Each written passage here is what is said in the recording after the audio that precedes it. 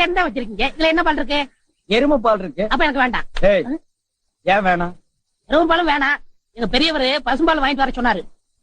எருமை பால் இருக்குன்னு, ஆனா பசும்பால் இல்லேன்னு நானா? இருக்கா?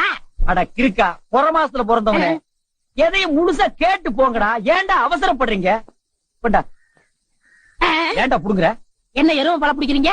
பொறுமையாயிடுறா. இது எருமை பால் தான். இது என்ன பாலு? எருமை பாலு. இப்ப என்ன பண்ற? ஊத்திட்டீங்க. என்ன மறுபடியும் எருமை பாலை பிடிக்கிறீங்க? அட மடையா, இது பசும்பாலு.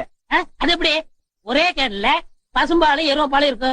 அதுதான் விஞ்ஞானம்ங்கிறது. ஒரே வயித்துல ஒரு ஆணும் ஒரு பொண்ணும் பிறக்கிறது இல்லையா? ஒரே வாயில ஒரு இட்லி வடை சாப்பிடுறது இல்லையா? ஒரே மூஞ்சில ஒரு பொட்ட கண்ணு ஒரு நல்ல கண்ணு இருக்கிறது இல்லையா? அதே மாதிரி தான் ஒரே கேன்ல ஒரு பசும்பாலும் ஒரு எருமைப்பாலும் ஏன் இருக்க கூடாது? அது எப்படி இருக்குங்கிற? அதான் விஞ்ஞானம்ங்கிறது. அடே, எருமைப்பாலுக்கு எடை ஜாஸ்தி, அது கீழே இருக்கும். பசும்பாலுக்கு எடை கம்மி, அது மேல மேந்துட்டு இருக்கும். இப்போ உன் கண்ணு முன்னால புடிச்சு ஊத்துனே, அது எருமைப்பாலு. அப்ப மேல மேந்துட்டு இருந்த பசும்பால் என்ன பண்ணிருக்கோம்? கீழே வந்துருக்கு. அதான் இப்போ உனக்கு குடிக்க போறேன். இது என்ன பாலு? பசும்பாலு. விஞ்ஞானம். நான் யாரை ஏமாத்தி வியாபாரம் பண்ணலப்பா. அதால தெரியுது உங்க விஞ்ஞானமே விஞ்ஞானம். விஞ்ஞானம். நிறைய புடிங்க. அதுவும் விஞ்ஞானம்.